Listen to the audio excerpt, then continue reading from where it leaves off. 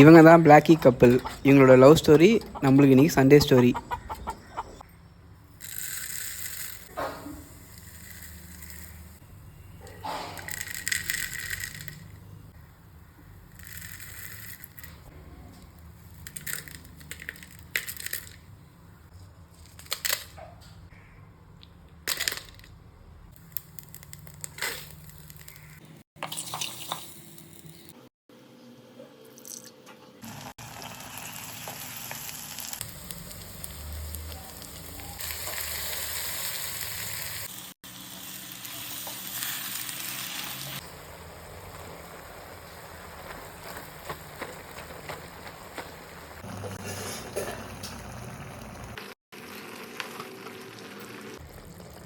இந்த குழம்புல அரைச்ச எல்லா மசாலாவுமே நம்ம வீட்டில் செஞ்சதுன்றதுனால குழம்பு நல்லா டேஸ்ட்டாகவே இருக்கும்.